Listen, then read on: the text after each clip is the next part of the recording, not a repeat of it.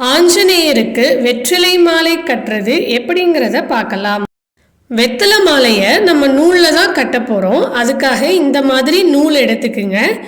பழுப்பு நிறத்தில் உள்ள வெத்தலை, ஓட்டை உள்ள வெத்தலையெல்லாம் யூஸ் பண்ணக்கூடாது. அதனால நல்ல வெத்தலையாக பார்த்து எடுத்துக்குங்க. 2 வெத்தலை எடுத்துக்கணும். அதை பின்னாடி திருப்பிட்டு அது மேலே ஒரே ஒரு சுருள் பாக்கு வைக்கணும்.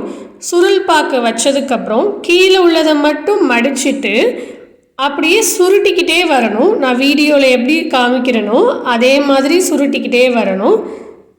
இப்போ இந்த மாதிரி பண்ணுறதுனால அந்த பாக்கு கீழே விழுகாது. நூலை கொஞ்சம் விட்டுட்டு நம்ம வெத்தலையை வச்சு கட்டணும்.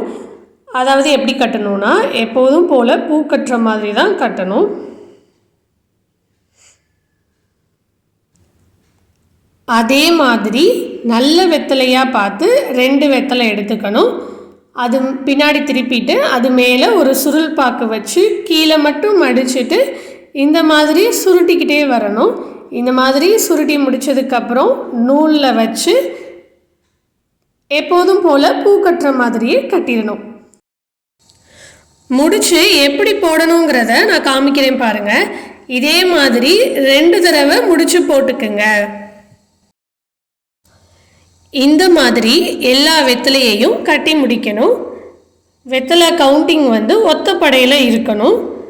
நான் இன்னைக்கு 11 வெத்தலை கட்டியிருக்கேன்.